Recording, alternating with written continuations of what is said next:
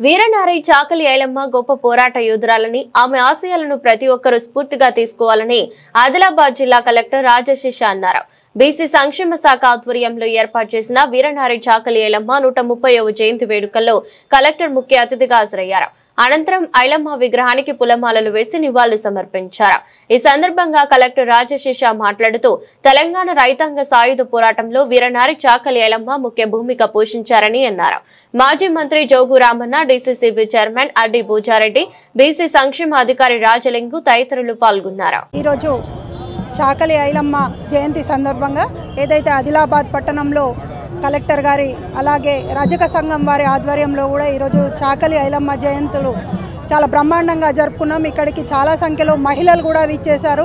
ముఖ్యంగా ఏంటంటే పెత్తందారీ వ్యవస్థ నుంచి ఆ రోజు ఏదైతే చాకలి ఐలమ్మ మహిళలందరికీ స్ఫూర్తినిస్తూ ముందుకెళ్తూ ఆ రోజు పోరాట పటిమను సాధించిన చాకలి ఐలమ్మను ఈరోజు జయంతి సంబరాలను కూడా ఒక పండగ వాతావరణంలో ఉత్సవంగా జరుపుకుంటున్నాం. కాబట్టి మహిళలందరూ ఏకతాటిగా ముందుకొచ్చి ఖచ్చితంగా రాజకీయాల్లో కానీ ఈ పెత్తందారీ వ్యవస్థ ఏదైతే దూరం చేసే చాకలి ఐలమ్మ లాగా స్ఫూర్తిని తీసుకొని మహిళలందరూ ముందుకొచ్చేసి రాజకీయ రంగంలో కూడా మహిళలందరూ ముందుకు రావాలని కోరుకుంటున్నాం.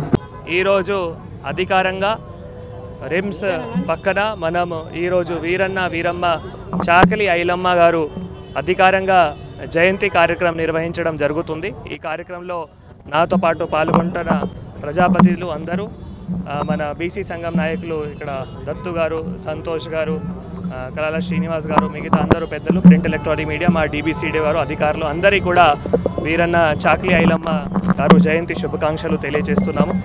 చాలా సంతోషం. మనం ప్రతిసార్లు ఇటువంటి మహనీయులకి జయంతి కానీ మొన్న వర్ధంతి కూడా ఇటువంటి జరుపుకోవడం జరుగుతుంది. సో వారు బేసికల్గా భూస్వామికి వ్యతిరేకంగా ఒక పోరాటం చేసి అన్ని కులాలకి భూమి హక్కు ఉండాలి, దానికి సంబంధించిన అందరికీ దిశానిర్దేశం చేయడం జరిగింది. దానికి సంబంధించిన ప్రభుత్వం కూడా మళ్ళీ భూభారతి చట్టం కూడా తీసుకొని వచ్చి భూ సమస్యలు ఏవైతే ఉన్నాయో మొన్నటి వరకు మీకు తెలుసు సాధవైనామా ఒక సమస్య ఉండేది, సాధవైనామా కూడా పరిష్కారం చేయడానికి ప్రభుత్వం గైడ్లైన్స్ ఇవ్వడం జరిగింది. ఇటువంటి మళ్ళీ ఇంకా కూడా ఎవరైతే చాలా సంవత్సరం నుంచి ప్రభుత్వ భూమి కానీ ఇట్లా శివాయి జమీదార్స్ కూడా ఉన్నారు, వాటి కూడా వివరాలు తీసుకొని వాటిపైన ఒక డిసిజన్ తీసుకోవాలి ప్రభుత్వం ఆలోచన ఉంది.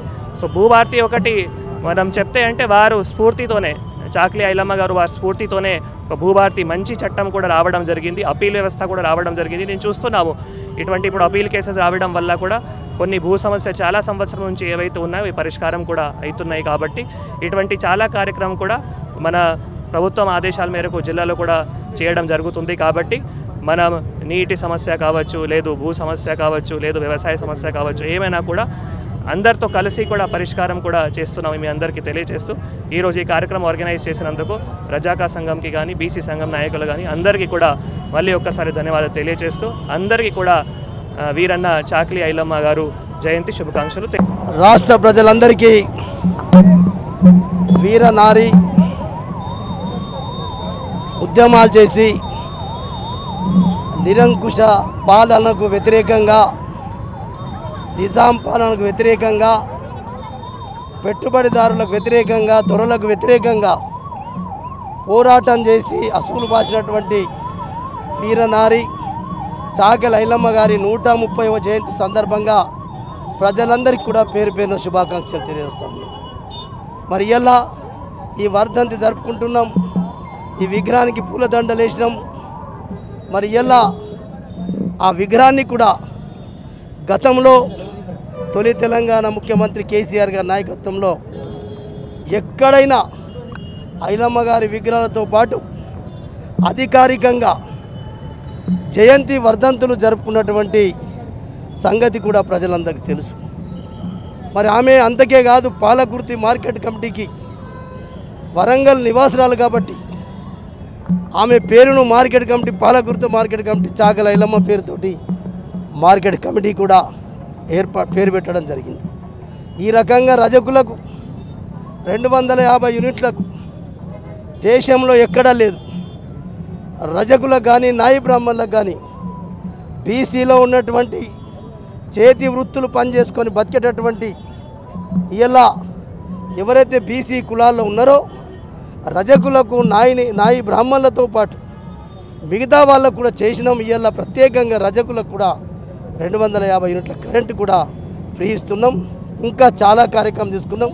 ఇక్కడ వాళ్ళకు ఫంక్షన్ హాల్ కట్టించినాం. ఇక్కడ వాళ్ళకు ఏ ఏ సమస్యలు ఉండనో వాళ్ళు అడిగినటువంటి అన్ని సమస్యలను కూడా మాతోటి సాధ్యమైనంత వరకు సమస్యలు కొన్ని పరిష్కరించినాం. మేము 10 సంవత్సరాల తర్వాత ఓడిపోయినా ఎప్పటికీ రజకులకు అండగా ఉంటామని చెప్పి సందర్భంగా తెలియజేస్తున్నాం.